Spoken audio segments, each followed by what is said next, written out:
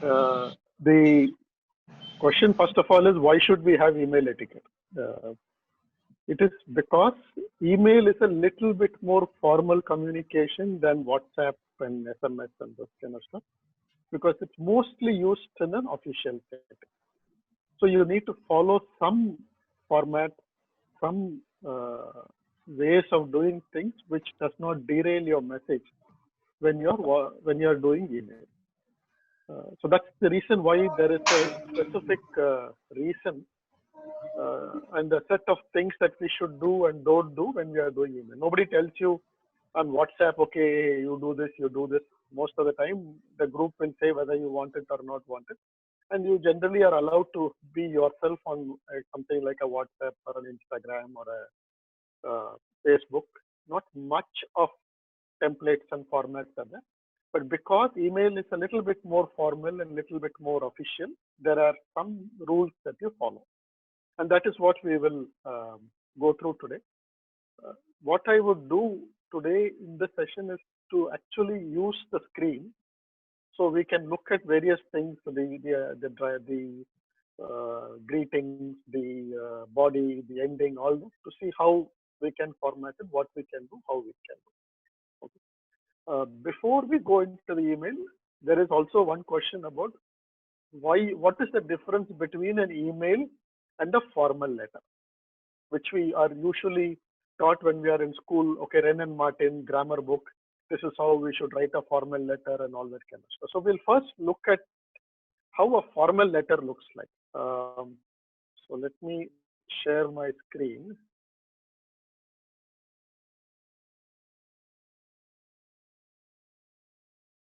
Okay, all of you can see my screen now? Okay. Yes. So in a formal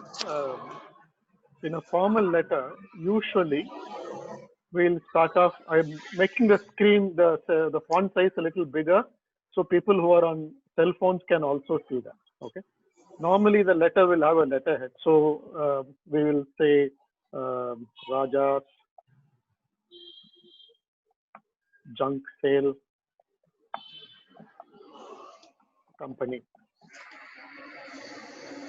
So there will be one header that will be there, or a letterhead that will be there on the formal letter, and then there will have one logo and all will be there. After that, we'll start with a formal thing with a date. So today's date we will say 5th June 2020, and then we will have a from.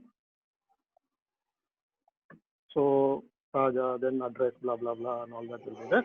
And then there will be a to, and then there will be some name. Okay, we will have Darshan. There usually, because it's a formal letter, we will put Mr. Darshan.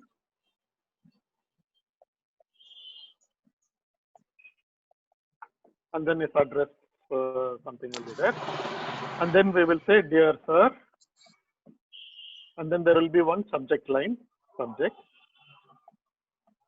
We'll say, okay, your customer feedback or customer complaint, and say regarding. This is how a formal letter you will write, right? Most of the time when you do a formal letter, and then say, apropos your letter dated something. We agree to your things, and then we will agree to take care of all this, and then etc. And then you'll say thanking you, even though you are not really thankful for him because he's complained to you. You will still have to say thanking you, and then right, yours faithfully, which you are not, but you'll have to still say yours faithfully, and then put your signature, give a space for your signature, and then say Raja Shanmugam, and then you will say CC or copy. You will say copy to your customer service department,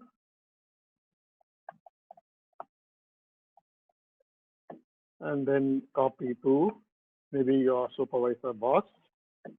So this is how a letter would be there, and then in the end you will possibly um, uh, put one in the letter itself. There will be an address of your office. So this is how a normal formal letter would be, right?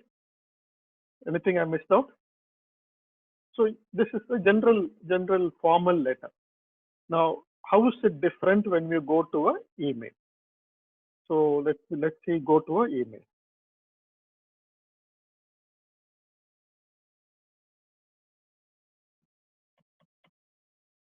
Okay. So now let's start a new email.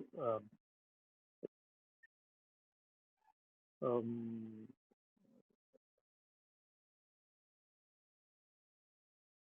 can you guys see the email screen? No? No, we cannot see. I think you'll have to switch the window in Zoom. That is what I thought I did. Okay, I'll stop sharing and then come back.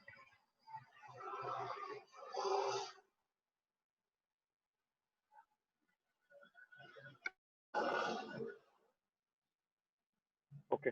Can you see the screen now? Yes. My email screen? Okay. Yes. Yes.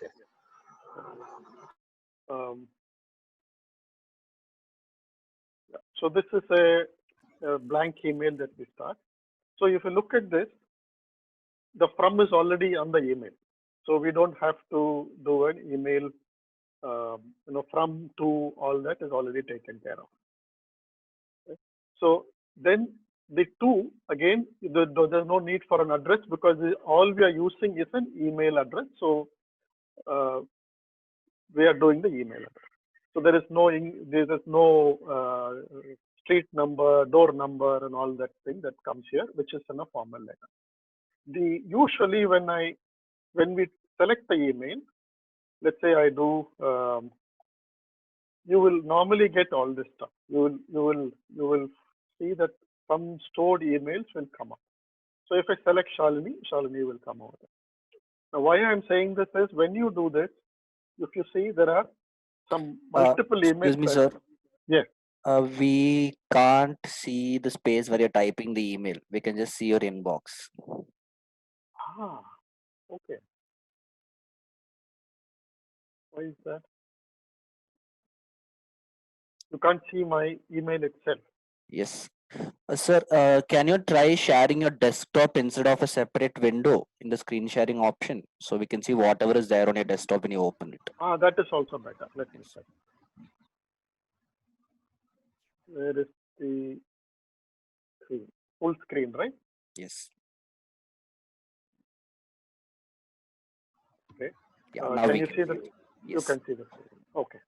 So when you start typing in your email addresses, you will find multiple email addresses that will come. Very important for us to ensure that we select the right email. You don't want the wrong person to get your email. Sometimes there will be emails which will be similar. For example, when I do, let's say, there will be two Glenn browsers, right? So you don't know which Glenn you are sending it to. You have to be clear that you are sending it to the right person. So very, very careful when you select those emails. If you want, you type the email that you want to send to. Otherwise, be very careful when you're selecting the email. The other thing is, in the two, normally we choose one person to send.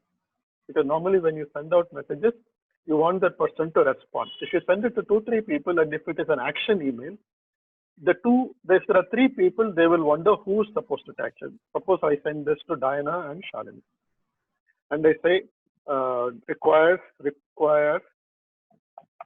a document, and then say, dear Diana, whatever, I'll come to that. Now they will not know whether Shalini should send or Diana should send. So Shalini will think Diana will be sending, and Diana will think Shalini will be sending. Ultimately, Raja will not get the document. Okay. So it is always better if it is an action email to choose only one person. Okay. Then you can choose as many people as you want on the copy. So you can then here, let's say I send it to Shalini.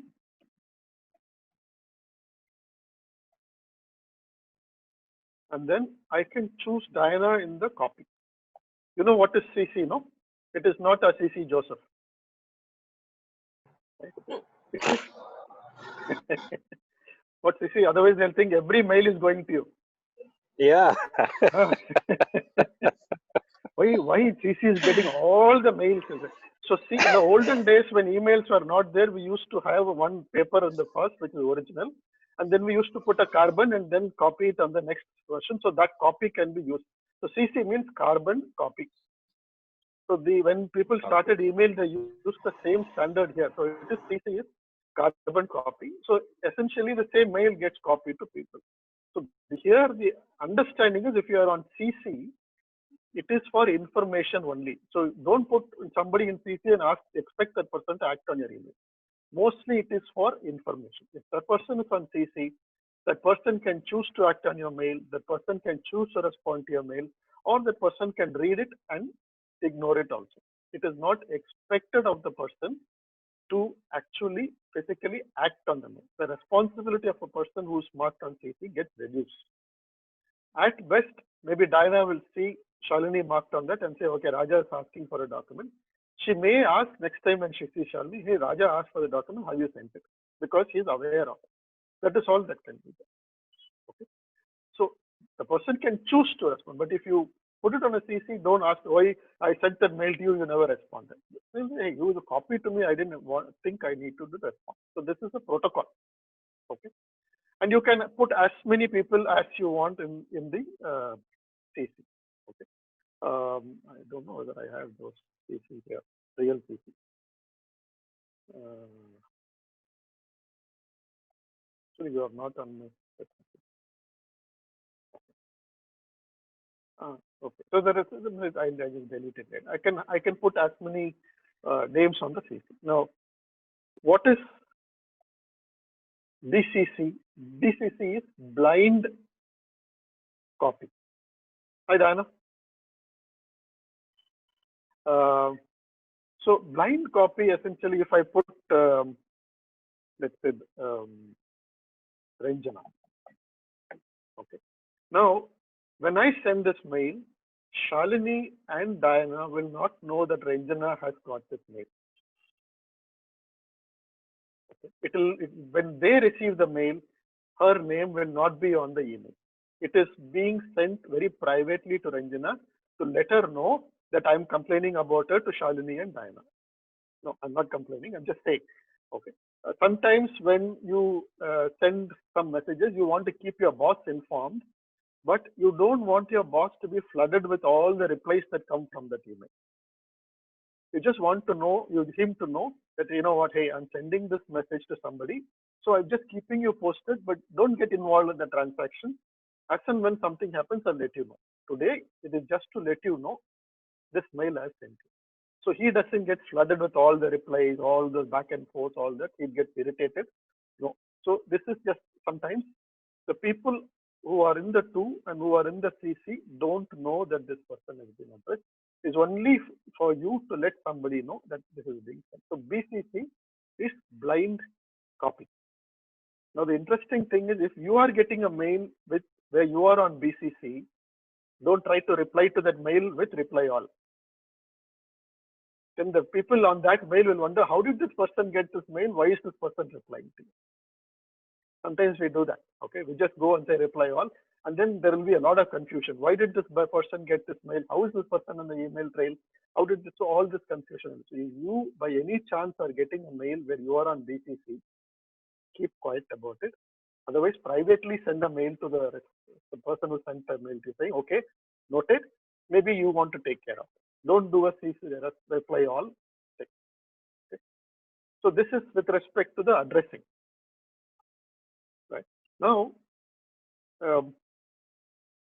as much as possible, when you reply to a mail, try not to use a reply all, unless otherwise you want everybody to get that. Otherwise, it gets very irritating for people.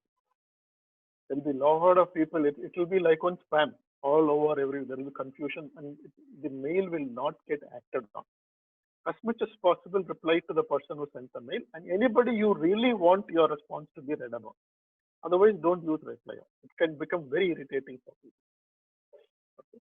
people. Unless otherwise you want all the people on the mailing list to be aware of your response because it is an important information you're sharing.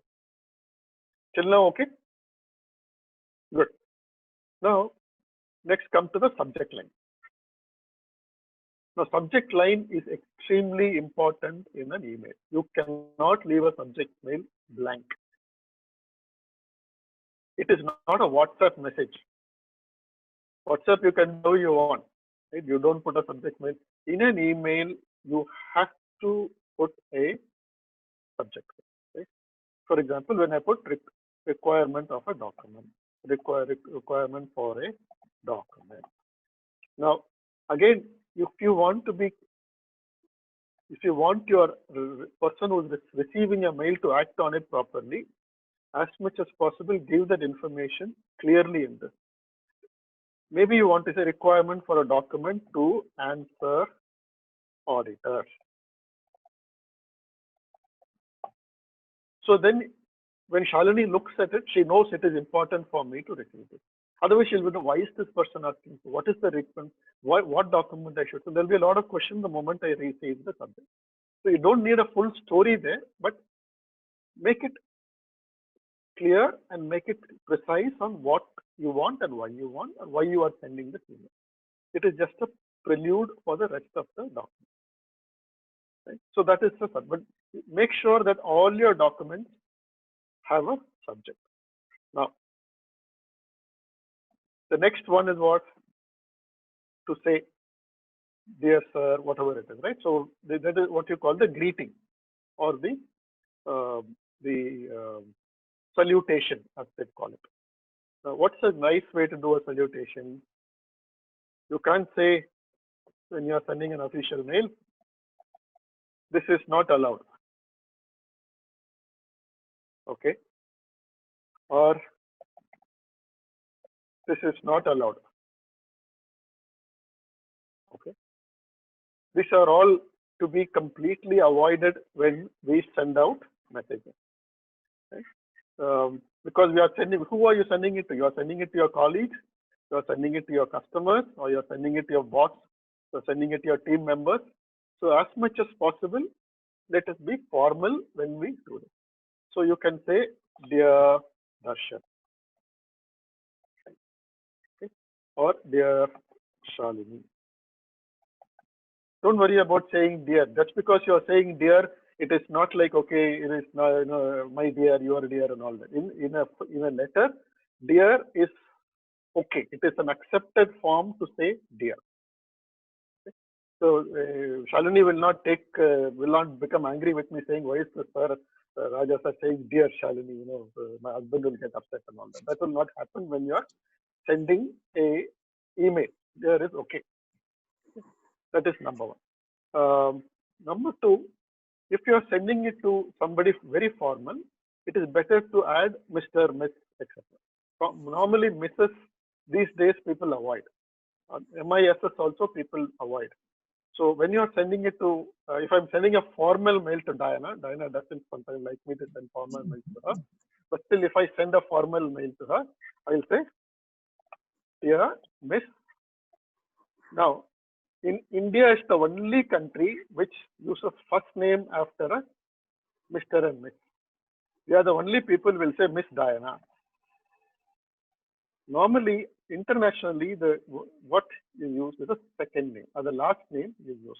So when I send a mail to Diana, I say dear Miss Joseph, or full name, dear Miss Diana Joseph, or normally it is sent as dear Miss Joseph. Right. If you have seen the newspapers and all that, nobody says Mr. Donald. They all say Mr. Trump.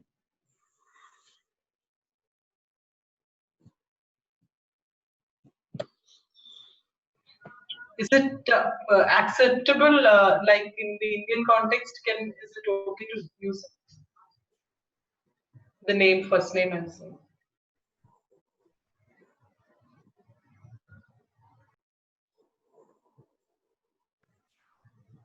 Sir is stuck.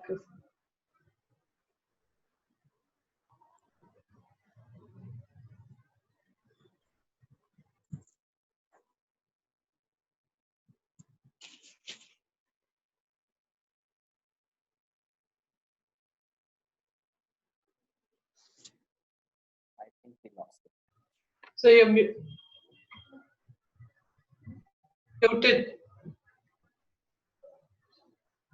Yeah, sorry, I think I got cut off.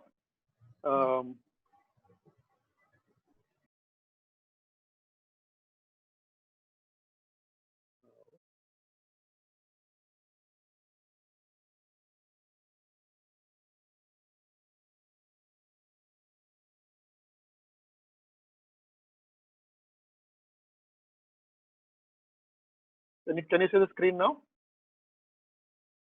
No? Yes, sir, we can see. Yeah, Huh? yeah, we can see, we can see. Okay. So, well, in India, it's accepted. Dear Mr. Raja is okay. Very rarely people say Dear Mr. Shanmugam in India. That's fine. But when you are doing international mail, when you are sending messages to, let's say, somebody in United Nations, somebody outside the country, it is always the protocol is Mr. or Miss and last name. Okay.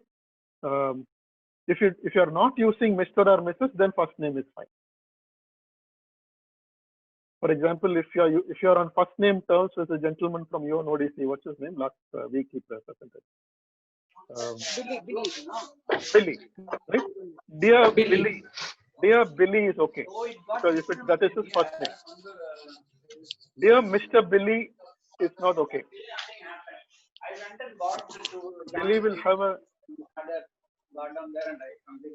Butler. Okay. I think CC is on the phone.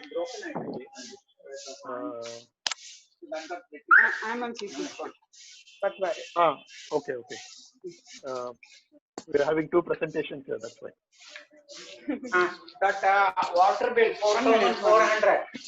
I gave all the data. I think I pressed it.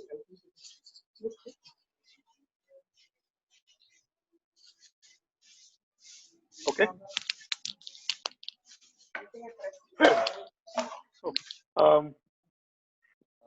Sir, I've in fact have met a couple of people who recently, like one of my professors in fact took offense with the fact that I referred to her with her second name.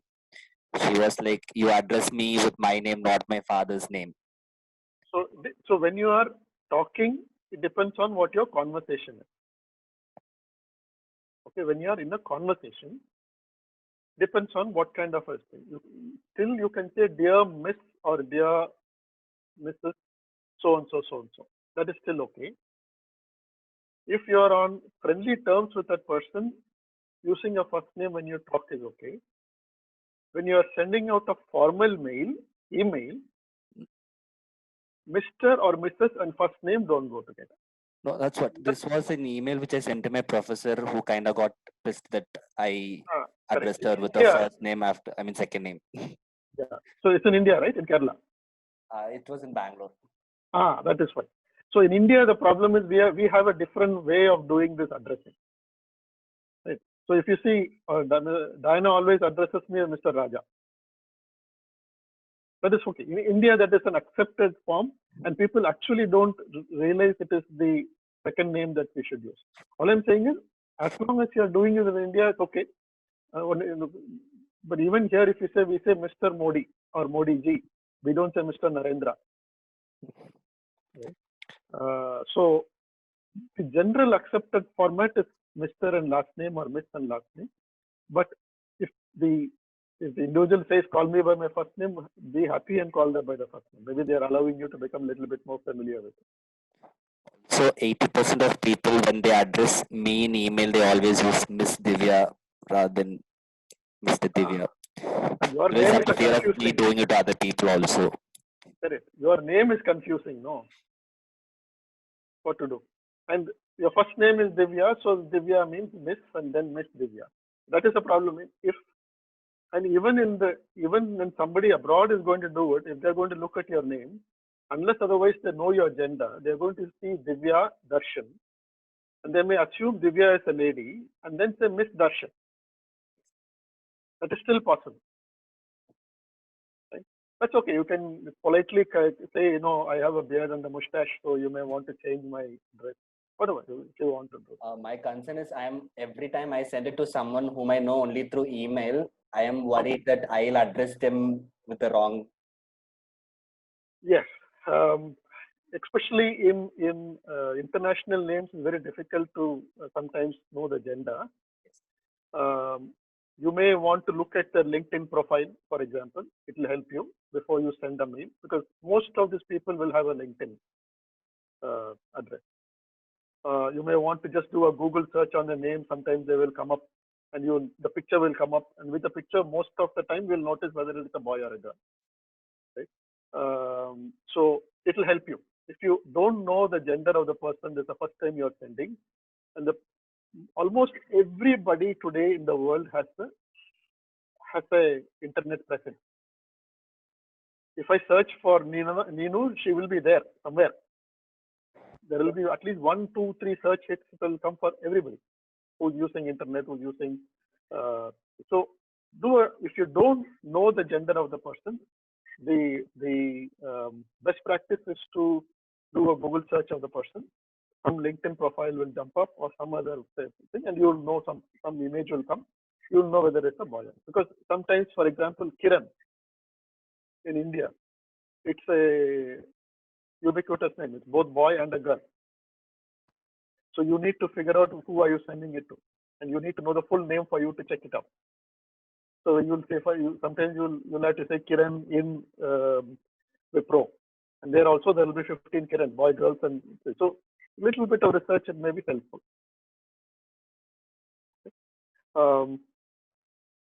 So that is with the so dear Miss George.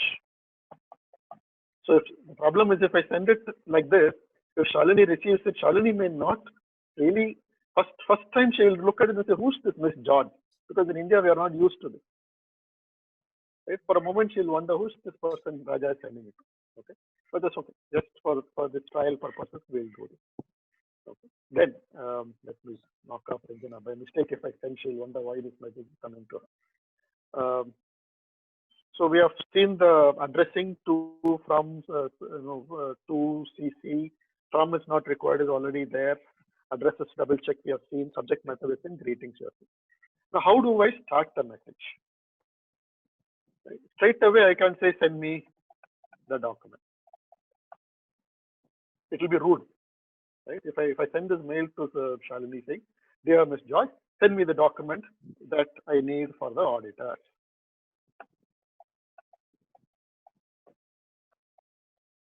If you get this mail, how will you feel? What's wrong with this fellow? So impolite. Can't he be a little courteous? That's the first impression you will get if I send this mail. So, and you can't say good morning, good evening, and all that because you don't know when the other person is going to read the mail. This is asynchronous communication. You are not talking to the person, so usually good day, good morning, it doesn't work. Shalini, you are saying something, you are muted. Okay. So, best thing is to say, hope all is well. Right? This is one way to start a message. Or if let's say I'm sending it to somebody in Kerala, and there is a lot of floods, or the monsoon is coming up. Hope the monsoon is not too severe this time. Something which sort of gives you an opening, but not too personal. At the same time, some general good morning and all may not work. It sort of helps to soften the message that is going to come later. This is advisable, okay, to get it. And because because it is copied to a lot of people, make sure it is not too personal. Because there are a lot of CCs, no? You cannot say, dear Ms. George, hope you and your husband have now reconciled from the fight you had the day before yesterday. Right? That will, that you cannot send that kind of a message to everybody in Venda. Right? Then Shalini will never speak to me from tomorrow. So So the message should be a little soft to start with. Okay, hope you are doing fine. It's okay. Okay. Then the body of the mail. Give the content. Now here again, sometimes we forward emails. We get something from, let's say, Diana, and I forward to Ranjana.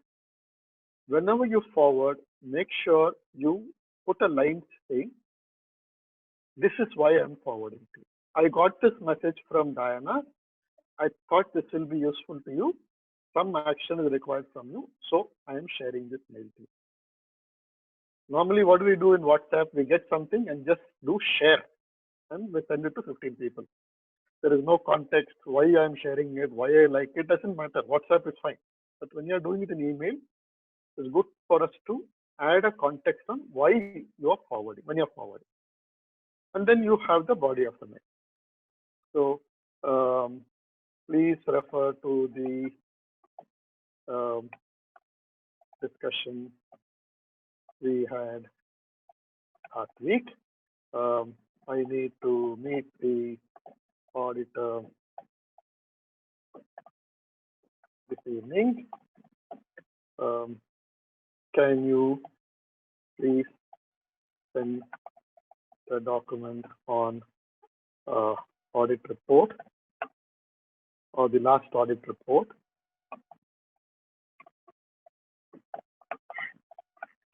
for my reference? So this is it, right? A very simple message. So what I need, why I need. Now the problem is this evening can be confusing. Maybe a good idea to say I'm meeting her this evening. Put a date there, 4th, 5th June.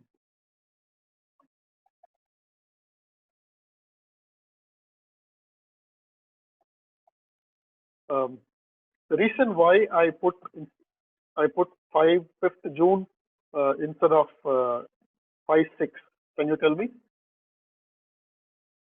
I can also put this, right? 5/6/2020. 6th is the month. In India, we are using date, month. Correct. Yeah. Countries, it's month. Now, the moment you go to the US, if you are sending a message to Billy, or you're sending a message to somebody in the US, for example, Lixi, if you send a message like this, okay, she will read this message as 6th of May 2020. So these are cultural issues. We have to be a little bit aware of this when you're sending messages within the country and outside the country, which is why it's best to put the month, use the date, full month format, and then the year. So if you send this to Litsi, she will perfectly read it as May 6th, 2000, unless otherwise, okay, people from India are sending. So it could be 5th of June. So let me check. So she has to still check to make sure to confirm. So it's better to clarify when you're putting any date format, put the date, the full month, May, June, July, put the word, and then do that. Okay. Unless otherwise, if you're putting, let's say, 25, 2020, it's very clear there are no 20 months in the year, so it's obvious that it is 20th of May 2020. But anything within the first 12 days is always going to lead to confusion. So be careful about it. So that is the body of the mail. Now, very important for all of us in this. Remember when we spoke about presentation, when we spoke about spoken English, I said mistakes are fine, grammar is okay, all that is okay. But in email, it is important for us to make sure that we don't make spelling mistakes, that we don't make grammar mistakes, because these are official documents. They are stored, they are referred, they can be taken after 3 years or 4 years if there is a dispute or a confusion. All this can be done. So as much as possible, keep it simple and make sure you do spell check.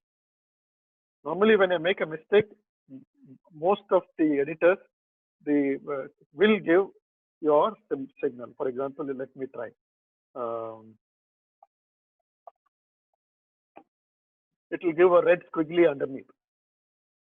Okay. So when you do that, it will automatically give you what do you want to do. So it can be additions or editors. So you choose the right word. So make sure that your email is as corrected as possible for both spelling and grammar. Okay. Very important for email, because that gives the right sense of uh, the seriousness of the message and the actionability to the person who's reading it. Otherwise, he will start ignoring and say, all this is not very relevant, not this thing. So the seriousness goes away when people read emails with a lot of mistakes. Okay. So we talked about body, keeping it simple. That the other thing is, as much as possible, keep it focused on the person. Let's not be like, we should say, let's not make it very philosophical. Some people will write, one must receive this message as early as possible. Some people use this kind of English. Okay, one should do this, one should go there, one should not do this. Now, nobody understands who this one is. So let us make it as clear as possible who we are talking about and what we are doing. So avoid such English. 2-3 things. In an email, don't send rumors. Don't send personal complaints on email. Don't send any objectionable material, the pornography or any such stuff. Don't use email to send it. Even if it is one-on-one to a known person, don't use official communication to send such messages. Because if you are using an official email, they are all stored in a server. They can be retrieved, they can be audited. It will create confusion, and by mistake it gets forwarded to somebody. It becomes extremely chaotic to people. So if you are wanting to send a nice friendly message to your boyfriend who is also working in the office, use WhatsApp, use something. Don't use email, or a girlfriend, whichever, right? Or any such personal thing. Avoid using email to the extent possible. Also,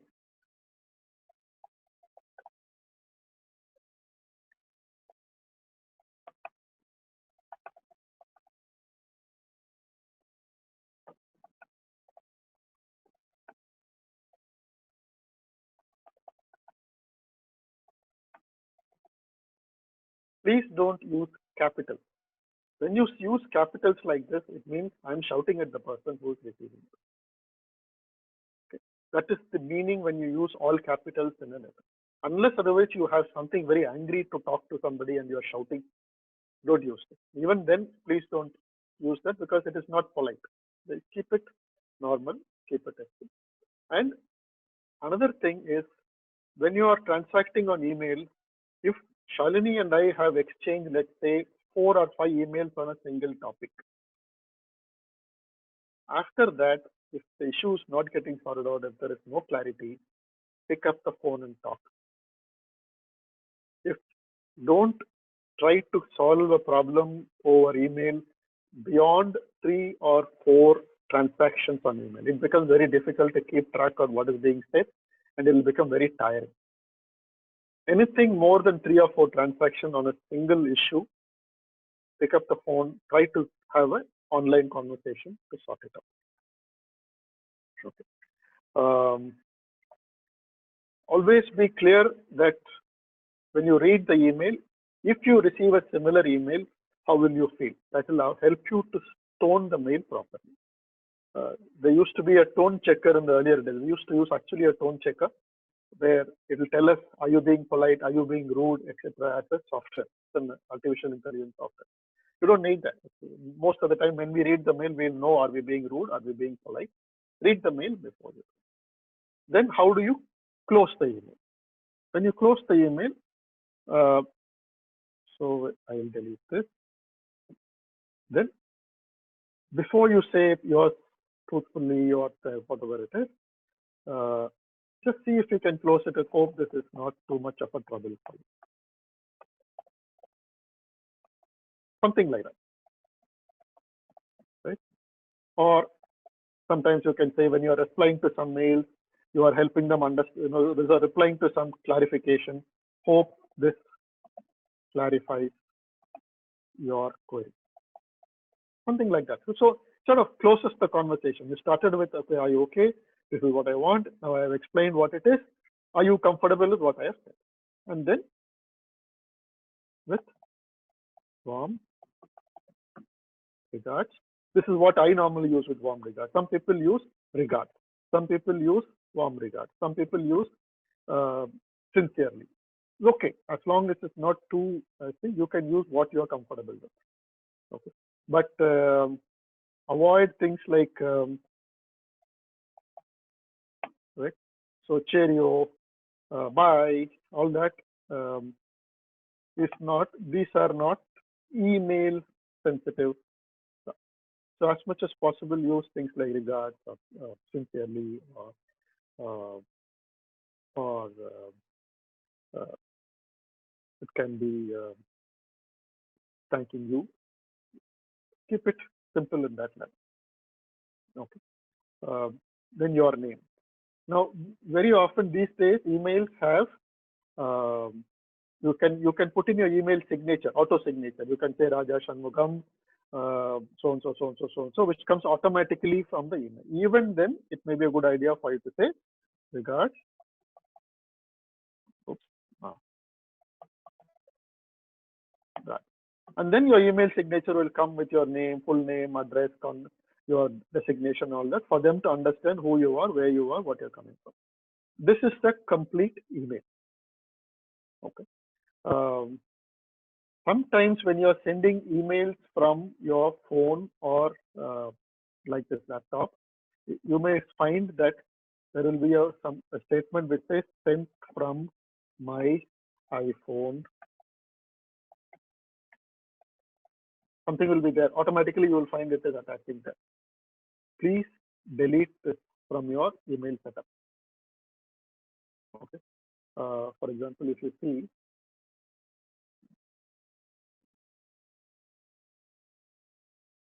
can you see this sent? This one, can you see? Yes.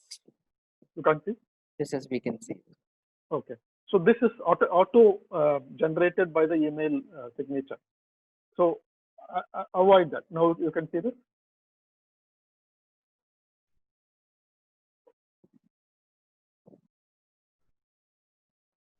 Right.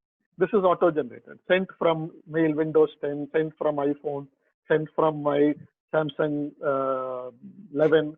The customer does not need to know that you are buying the latest set of phone, or you're buying, the most jazzy smartphone, or all that stuff.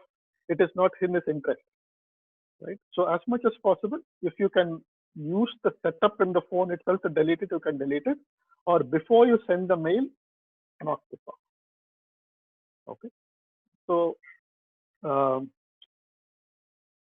is about the starting of the mail, the body of the mail, the greetings, the ending, and even then, before you send the mail, where are my mails?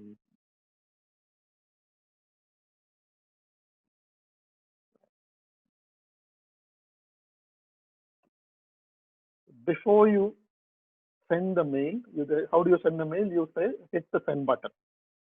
Please read your mail once more. That's always a good practice. You might have taken 2 hours to draft the mail, but it is still good practice to read once the mail before you hit the send. You will find that there is some context that is missing, some reference point that is missing. So you will make the last minute change before you send. That is number one. Number two, before you send the mail, make sure that this mail requires to be sent in the first place.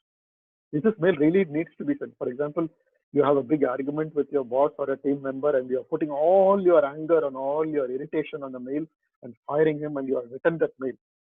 It is a 2-page mail, and you are going to send it because you want to literally fire him with the flame. Take a deep breath and say, do you really want to send this mail? Okay. I used to have, even now, if you see my draft mail, there are at least, when I used to work, there used to be at least 150 to 200 mails which are drafted but never sent. They all used to be in the draft or in my deleted folder. So the fact that I've drafted the mail itself would have reduced my anger, and then you'll say, okay, no need to send, delete it. I'll talk to him later and figure it out. Because the moment you send this mail, it becomes a permanent record. Later on, it becomes difficult to go and erase it. Okay. So make sure that you really want to send that mail. Make sure you are you're again checking all that mail. And one more thing, make sure if you are referring to an attachment, please see attached this Excel spreadsheet of my last week's survey report. Make sure that attachment is there. Very often we'll send out the mail and then say, oops, the attachment has not come. Then one more mail will go with the attachment. So make sure that the attachment is there.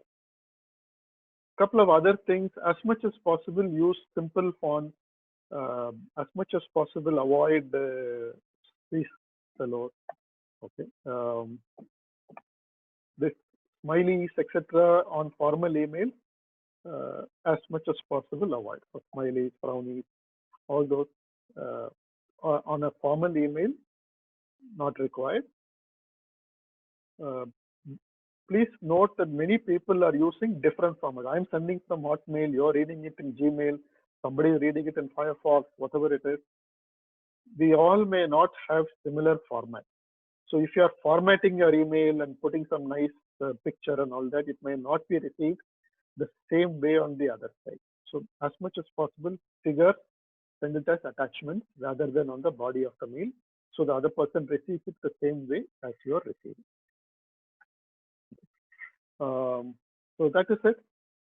The only other thing that I can think about is, number one, you will receive in a day, if you are working in an office, close to 100 mails, of which possibly 5 mails will be relevant, the rest of it will be spam.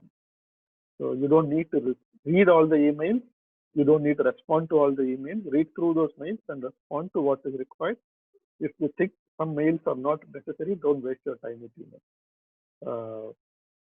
I used to have every year close to almost 10,000 emails that I have never even opened.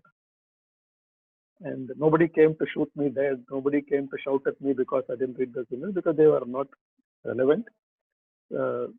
People, if there was something that I really missed, somebody would send a message and I'll take care of it. Otherwise, normally most of the mails would get responded, which are needed to be responded. Otherwise, they take a lot of time. There's a lot of junk that comes to us on an email box. We don't need to necessarily read everything that jumps into our email. It's like, junk mail. Okay. Good. So my lecture is over. Okay. So I will stop sharing. Any questions, any doubts, anything that you want to ask, then we can clarify.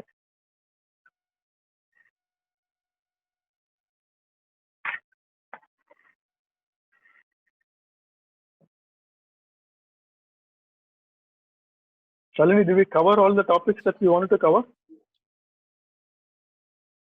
You're muted. You're muted. Yeah, we've covered everything, sir. Very good. Very good. So can I ask you one doubt? Yes. Sir, if we are saying sending some attachments or something that is more than 25 MB, so it will share by Google Drive. So how we address that situation? Can you please tell me how we can compose that body of that email? Okay. So normally most mail systems agree messages up to 5 MB or 10 MB. Anything more than that, the mail system itself will reject it. On the receiver side, the server will say too big a size, etc. So when you are sending a mail, you say, first, I am sending this attachment. And because this mail, the size of this attachment is very huge, I am not sending this to you as an attachment, but it is in this Google Drive. And here is the link for that Google Drive. Because when you put it in the Google Drive, you will have a link for the location. Yes. So that you attach as a link for the email. Similarly, if you are referring to an article in the internet, some web page, some thing that you have read and you found it very useful. You don't copy the entire article from the web page and then attach it on your Word doc, on your email. All you can say is, Shalini ma'am, I read this document on drug abuse prevention in Finland and I found it very interesting. I thought I will share this with you. Here is the link. Here is the URL for that page. Then the mail is only 3 or 4 lines and then she gets the entire data. Okay. Yeah. Okay. Unless otherwise, let's say even there, sometimes you may want to highlight some portion. Some paragraph of that document you want to specifically highlight. Then you can attach that portion of the page. The full document you can send the link and say, this particular paragraph was very interesting for me, especially the highlighted line, because that is different from what we are doing. So can we read through this? That is another way. So that way you are sending the full document, give the context, also cutting that paragraph and then putting it here. And when you are attaching it on the document, share it as a text. If you put a hypertext, very often the formatting will come on board. Sometimes any web thing, any picture that you copy and paste on an email, if you directly copy, please make note that the entire link, the connections, all that will come on to your email. So best is to share this picture as an image, paste as an image, not directly cut and paste or copy and paste. If you copy and paste, you are actually sharing a lot more information on the email. So when you put it as an image, all the other underlying data doesn't come. So when it gets forwarded some other places, some confidential information doesn't go. Yeah. Thank you, sir. Good.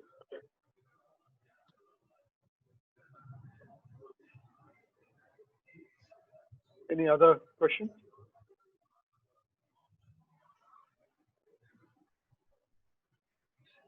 So I missed the first part of it a little bit because there was a power outage.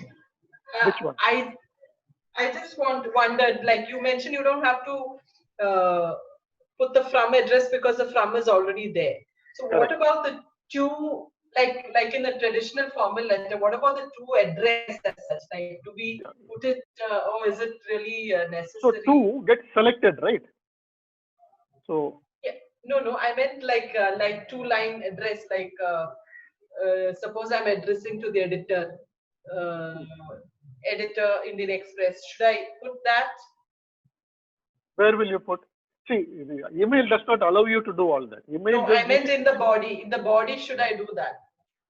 In the body, again, you don't have to put from and to, because No. from is there and to is there, unless otherwise you are drafting a very formal mail and then in that context, if you're like drafting a very formal mail. For example, instead of so there you can actually format it as a Word document and attach it. That is one option.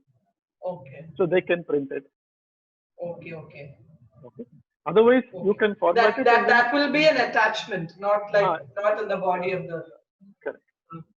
Otherwise, again, from to, you are doing it only because you want him to store it as a record.